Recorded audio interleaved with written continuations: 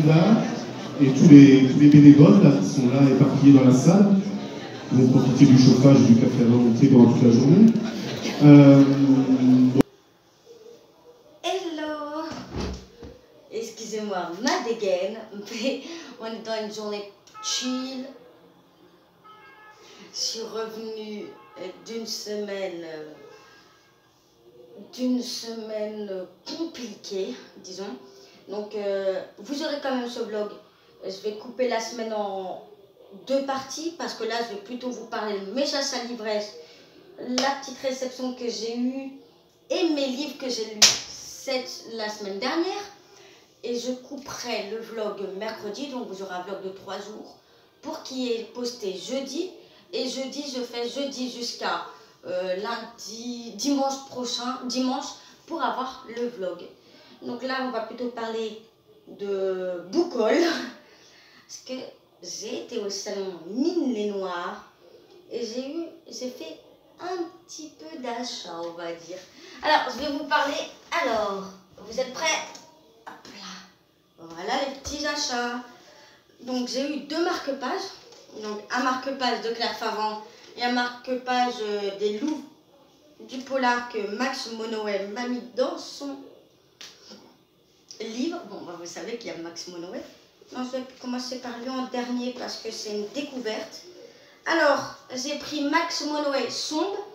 Alors, je ne connais pas du tout Max Monoway, mais j'en ai entendu énormément parler. Donc, pourquoi pas. Il y a énormément de découvertes, mais découvertes que je connais, que j'ai beaucoup entendu parler. Et le livre choisi par le chéri, qui est découverte de la personne et du livre, parce que j'en ai entendu, j'en ai pas encore entendu parler. Là, on a Max Monoway et une auteure française avec laquelle le milieu du noir va devoir compter. Je vais vous lire le résumé, parce que je ne suis pas sûre que je ne les lirai tout de suite, à part un livre que je lirai tout de suite, donc je ne vous le lirai pas en résumé.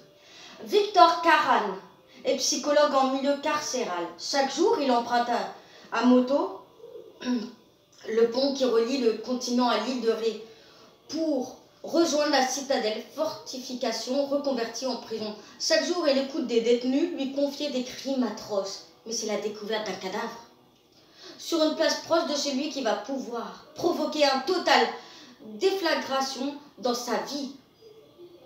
Cal connaissait bien la victime, Julia, l'épouse de son meilleur ami, Jonas Sombe.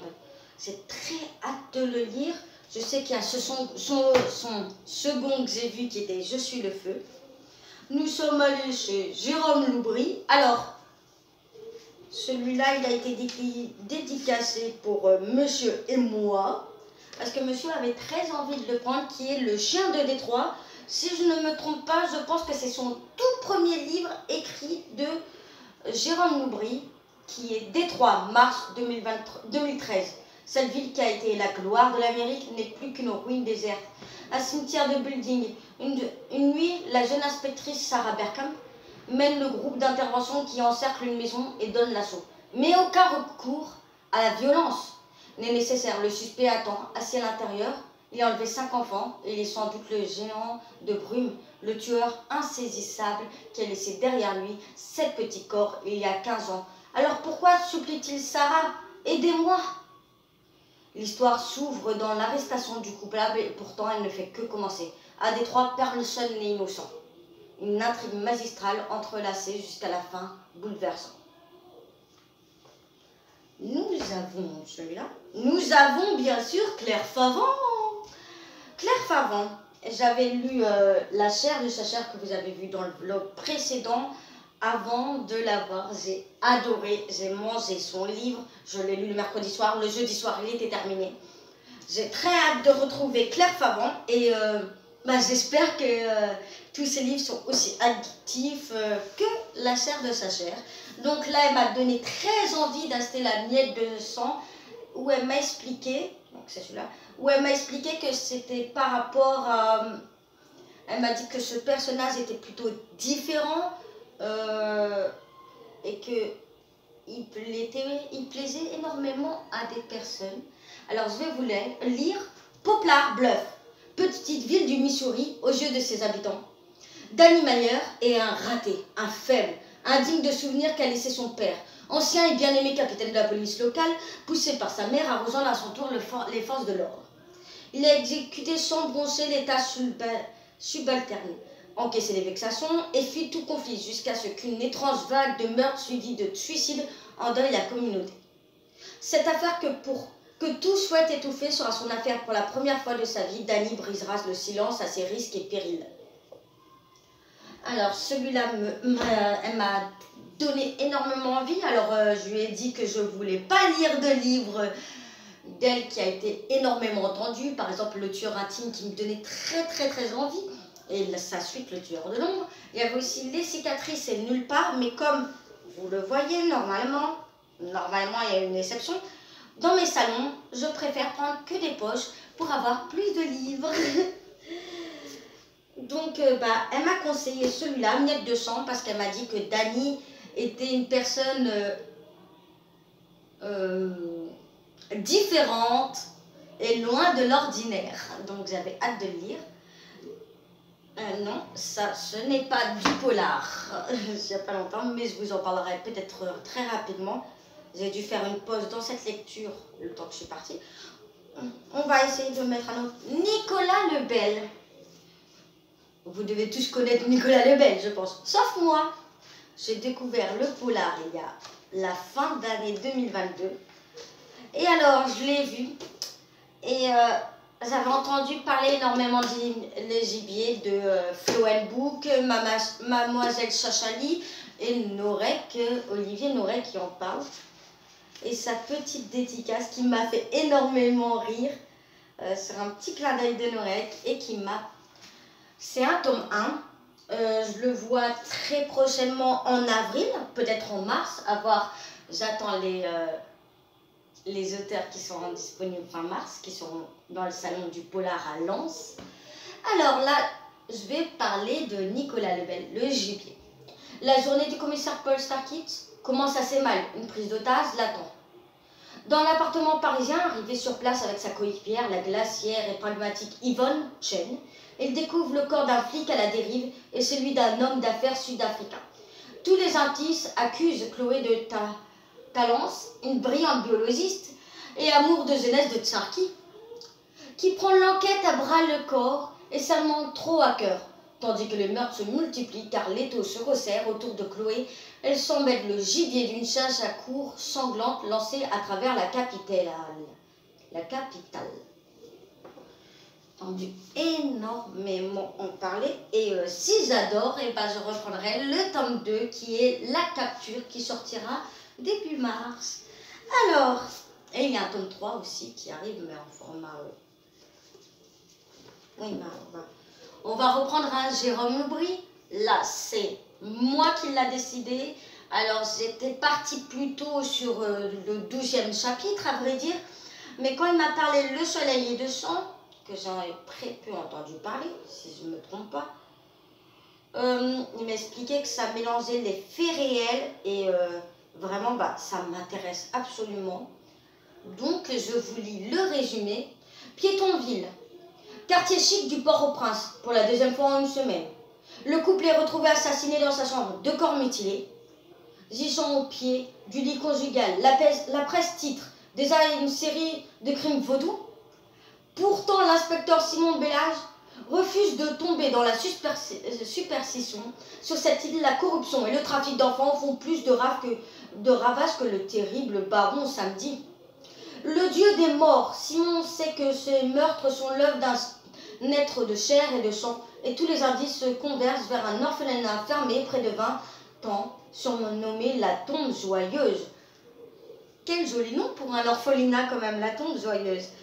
Alors, ouais, ça me donne très envie qu'il parle d'un cas qui se passe à Tahiti. Il m'a expliqué que c'était des faits réels, avec des meurtres vaudous, des ventes d'enfants comme ça. Donc c'est très hâte de le lire, mais je ne suis pas sûre que je le lirai. Je vais plutôt mettre les livres à lire des auteurs que je vais voir en mars et en avril.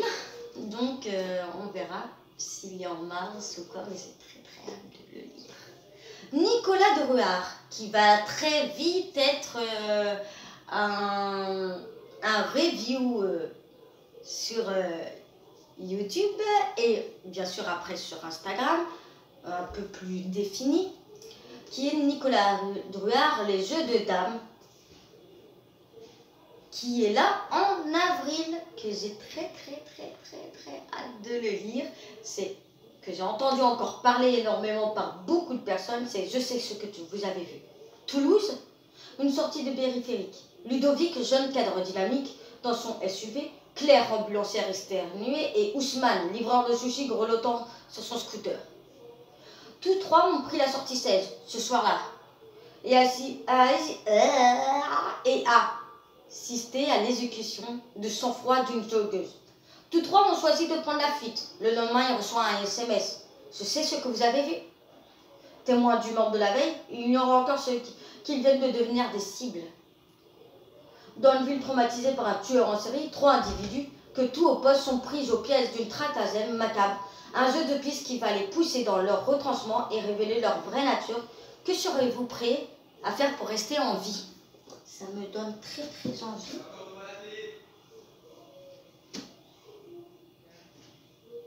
Je vous reprends dans 2 minutes. Qui nous a un peu coupé. Alors j'étais sur un autre Claire Favant qui est Dompteur d'ange, que je vais lire le 7 mars en lecture commune. Et j'ai vraiment hâte de le lire. Je ne vais pas vous lire le résumé parce que je vais le lire très rapidement. Et j'ai pas envie de... Je préfère lire sans trop me rappeler des résumés, voire pas lire les résumés. Mais je vais vous faire le petit speech que Claire Favant m'a dit. Ce livre-là, elle l'a créé, elle l'a écrit juste après les attentats. Et on suit comment un tueur en série devient, etc. Voilà. On suit un enfant qui est devenu tueur en série juste après les attentats. Voilà. Le nouveau que j'ai découvert qui est de Guillaume Ramesi, Kilimandjaro. Alors, je ne connaissais pas cet auteur, mais je le retrouve au mois d'avril, donc j'aimerais lire son livre au mois d'avril. Alors, son livre m'a vraiment donné envie. C'est mon monsieur qui l'a choisi pour moi. C'était sa petite mission. Comme il ne lit pas énormément, je me suis dit que pour que tu sois utile au lieu d'être mon petit chauffeur, j'ai l'impression que vous n'avez pas droit 2 minutes. Voilà, c'est bon, vous êtes droit là. Oups là, attends. Je lui ai dit, choisis-moi un livre au hasard. Il y a eu Guillaume Ramesi qui nous a pitché un peu son histoire. Alors là, il m'a parlé que c'était un huis clos, entre parenthèses, parce que ça se passe quand même... en liberté, dans la nature, mais dans le Kilimandjaro. Alors, j'ai jamais entendu de livre qui parlait de Kilimandjaro, mais ça m'intéresse vraiment les autres, parce que je vois qu'il y a énormément de livres qui changent un peu, de thrillers qui changent un peu. C'est bien ça, on est... Alors, même la maison d'édition, je ne connaissais pas du tout Phénix Noir. Je vous lis le résumé. Grimper sur le toit de l'Afrique, c'était un rêve de gosse. Un rêve qui va tourner au cauchemar pour Maxence. 9 randonneurs se lancent dans l'ascension avec leur accompagnateur. 9 au départ, mais combien seront-ils au sommet? Et surtout, combien d'entre eux redescendront? La montagne est facétieuse et elle ne se laisse pas dompter facilement. Quand les neiges de Kilimandjaro auront fondu, quel secret dévoilerait-elle? Après un cursus... D'accord. Oh, mais les Bretons. Oh bah oui, j'adore ça. Je viens de découvrir qu'il y a des Bretons du Finistère comme chez moi. Ah oui, c'est cool ça. Voilà. J'ai hâte de lire son livre qui m'a donné énormément envie parce que je pense qu'on n'en a jamais parlé. Alors, si je me rappelle, on a parlé d'alpiniste dans le livre Vertige de Franck Tillier. Alors, ça m'avait énormément plu cette thématique. Mais alors là, sur le Kilimanjaro, non. Après, j'ai vu qu'il y en avait plein d'autres qui avaient fait. Par contre, il n'y a pas de poche. Je ne comprenais pas. Mais bon, moi qui voulais... j'ai vu qu'il y avait Dernier jour d'Alep qui me parlait que ça se passait entre la Syrie et Paris. Il me dit l'important ce n'est plus la chute.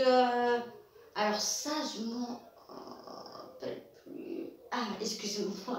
Pour un peu plus. Et le crépuscule des éléphants, il m'a parlé que c'était un thriller environnemental parce que ça parle des braconniers qui prend l'ivoire dans les cornes de l'éléphant. Alors là, juste bientôt, je vais lire un thriller qui parle d'écologie, de impact de nos REC. Mais alors là, j'ai hâte vraiment de le lire. J'aimerais vraiment lire celui-là qui se passe en France et en Syrie. Et j'aimerais aussi lire celui-là d'écologie. Maintenant, on va passer à un petit endroit. Alors, il y a quelques jours, début du mois, je devais être normalement sur Paris pour rencontrer Arnaldur Indridason, qui est un polar islandais et qui est aussi le préféré de Anaïs. Et alors, comme j'ai pas pu venir parce que tout s'est enchaîné, problème, je suis tombée malade, etc. Déjà, regardez cette petite carte qu'elle m'a mis avec, qui est super dans le thème Cozy Mystery, comme on dit énormément de Cozy Mystery ensemble. Elle a créé... Oui, il a envie de parler. Elle a créé, c'est elle qui a créé le Cozy Mystery Book Club. C'est avec elle que je lis, mais elle sait, et le groupe de mes lectures communes de Cozy Mystery. C'est avec elle que j'ai découvert le Cozy Mystery, à vrai dire. Et puis voilà. Alors elle m'a offert du chocolat au café et du chocolat blanc au caramel. C'est un petit calage, comme elle dit, avec du thé. Alors j'en ai un deuxième. Je sais pas si Agnès regarde, mais quel est le thé? Je pense que c'est du thé héritage parce que quand c'est comme ça, j'ai trop l'impression que thé héritage, c'est leur marque de fabrique de faire ça. Nous avons le tome 2 et le tome 3 des enquêtes de Conrad. J'ai le tome 1 à vous en parler. J'ai le tome 1 à vous en parler. Et je vais vous laisser pour aujourd'hui. Demain, je vous parle bien sûr de mes lectures que j'ai lues la semaine où je suis partie. Et puis, il n'y aura pas d'autres boucoles. Quoique si je vais dans la semaine où... Oh non, j'ai vu qu'il y avait des Charleston, s'il en reste. Après, voilà. Je vais vous parler demain de 2 livres. Donc, le Cozy Mystery qu'on a lu avec le book club cette semaine, qui était Beauté fatale, donc le tome 2 d'été meurtrier d'Oxford. Et puis je vais vous parler aussi la lettre d'amour interdite que j'ai lue pour la semaine de la Saint-Valentin, qui est une sacrée découverte. Je ne m'attendais pas à ça et vraiment je suis bien contente de ne pas avoir vraiment lu le résumé et je suis bien contente d'avoir été accaparée par cette histoire. Mais ça, je vous en parle un peu plus demain.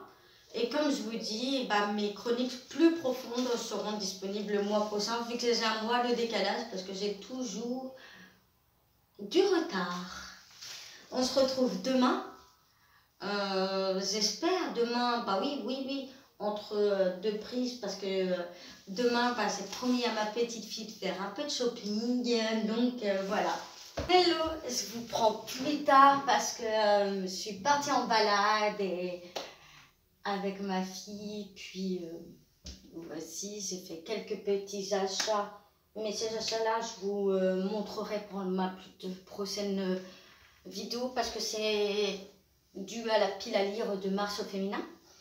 Alors, la semaine dernière, mercredi, nous avons commencé l'été meurtrier d'Oxford, le tome 2, Beauté fatale, où on retrouve Gemma avec les petits meurtres qui se trouvent autour de son café. Donc là, ça n'a pas été à son café, mais c'est lors d'une soirée d'inauguration pour les peintures de Casey, sa meilleure amie. Et vraiment, on est toujours autant dans la chose, toujours le fait que, avec le très beau enquêteur d'Evelyn, et puis Muesli, je pense que c'est le personnage le plus adorable au monde, ce petit chat que tu as envie, qui sauve, en fait, qui passe son temps à sauver Gemma, parce que même le tome 2, c'est grâce à lui que Gemma va mieux, elle n'est pas morte, donc c'est vraiment une affaire, et j'ai vraiment très hâte de continuer à les lire. Malheureusement, je vais devoir attendre avril pour le lire. Je peux pas vous en dire plus parce que c'est un tome 2. Et j'ai pas envie de spoiler, mais vraiment ça vaut carrément le coup, avec les vieilles chouettes, le fait qu'il y ait un café, de l'humour, cette mère égocentrique, Gemma qui est un peu naïf, avec sa meilleure amie Casey, Seth, et son amour de jeunesse d'Evelyn. Voilà. J'ai lu pour la Saint-Valentin la lettre d'amour interdite. Par contre, je voulais le dire, je sais pas si vous le voyez bien, là, vous voyez la tranche, elle est blanche là, elle a des usures, donc je trouve qu'elle a aussi, je trouve qu'elle a, et là, que le côté collector c'est peut-être un peu trop abîmé. Donc en fait, je n'ai pas lu le résumé du livre avant de le lire. Je suis rentrée dedans, la lettre d'amour interdite. C'est mon premier livre de Lucinda Riley. Je me dis, allez, go. Et là, rien que ça, un amour interdit, un dangereux secret et une histoire qui se répète. Et ça résume tout. Ça résume tout. En fait, je pourrais même éviter de faire ma chronique et juste mettre ces mots-là. Vous voyez, ces mots-là résument tout. Alors, en fait, c'est une histoire d'amour et on se retrouve un peu entre plusieurs temps. Alors nous sommes dans les années 96 où on retrouve Joanna qui est une journaliste People qui a décidé d'enquêter sur le passé de Sir James Harrison, qui était un grand acteur qui est décédé. Et puis c'est comme, oui, cette affaire, il y a en fait, si vous comprenez bien, il y a un peu de côté policier, tu as du suspense, tu as une histoire d'amour, trois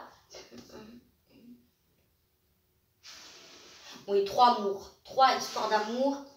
Tu as la famille royale qui est dedans, l'aristocratie anglaise, des secrets, un passé à cacher, et vraiment, je sais pas comment dire, mais je l'ai terminé et c'est une grosse claque, un gros coup de cœur. C'était mon premier de Lucinda Riley et je pense que ça, c'est sûr, ça ne sera pas le dernier. Donc je sais pas sur lequel continuer à voir. Donc si vous voulez me donner des conseils sur quel livre lire de Lucinda Riley, n'hésitez pas. Je vous retrouve sûrement demain avec la nouvelle lecture que je lirai dès demain. Et puis voilà. Hello. on se retrouve pour le dernier clic de ce vlog. Alors, j'ai dû mettre la ligne right, la lumière, parce que la luminosité n'est pas bonne aujourd'hui. Alors, je vais vous parler juste d'un dernier livre. Je peux me permettre de dire lecture terminée vu qu'il me reste 5 minutes à écouter.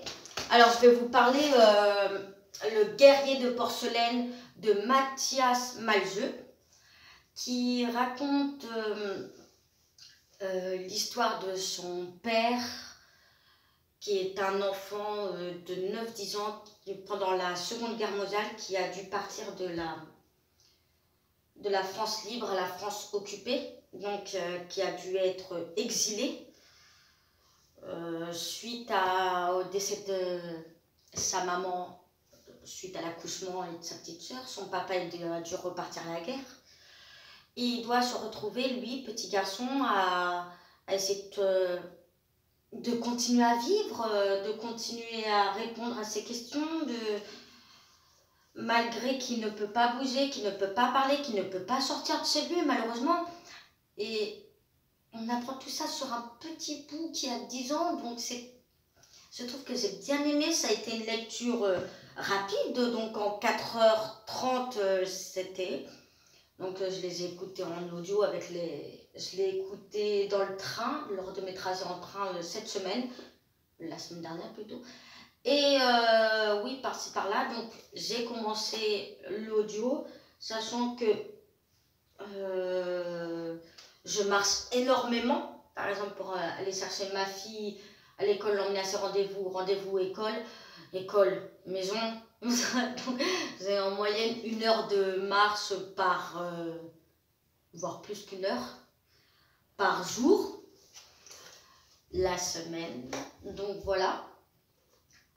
Et c'était vraiment une lecture que j'ai adorée, et j'aimerais continuer à lire des livres de Mathias Malzieu. Alors là, le livre que j'ai écouté sur Nextory était de sa voix, a été lu par sa voix, donc je trouve qu'il a une douce voix qui est parfait pour lire ce livre. Il faut aussi, je lis pas énormément de livres audio, parce que c'est le seul que j'ai lu. Parce que je n'arrive pas à accrocher avec les voix, mais là, la voix de Mathias Malzieu était parfaite, j'ai adoré. Et j'ai envie de continuer de découvrir ses œuvres.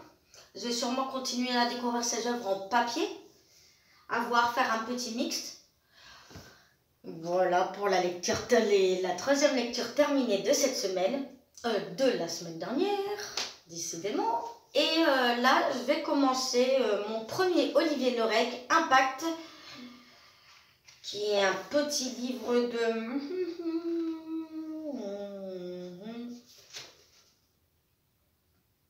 Je vais vous le dire.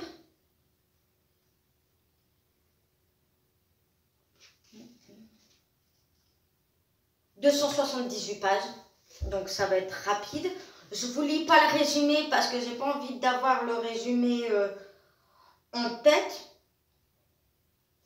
Mais je peux vous dire par exemple les petits commentaires qui ont été: une manifeste écologique et radicale, une nouvelle fresque sociale aussi bouleversant que terrifiant. Une fois de plus, Olivier Lorec parvient à se saisir d'une tragédie pour mieux la dénoncer. Donc j'ai entendu parler que c'était quand même un livre différent qui parle d'écologie, thriller, etc. Mais ça, vous verrez ma review, mon update de lecture dans le vlog de la semaine prochaine. Et je vous souhaite une bonne journée, une bonne matinée. Et là, on est juste limite en direct parce que je monte vite fait ce passage pour vous le poster demain matin.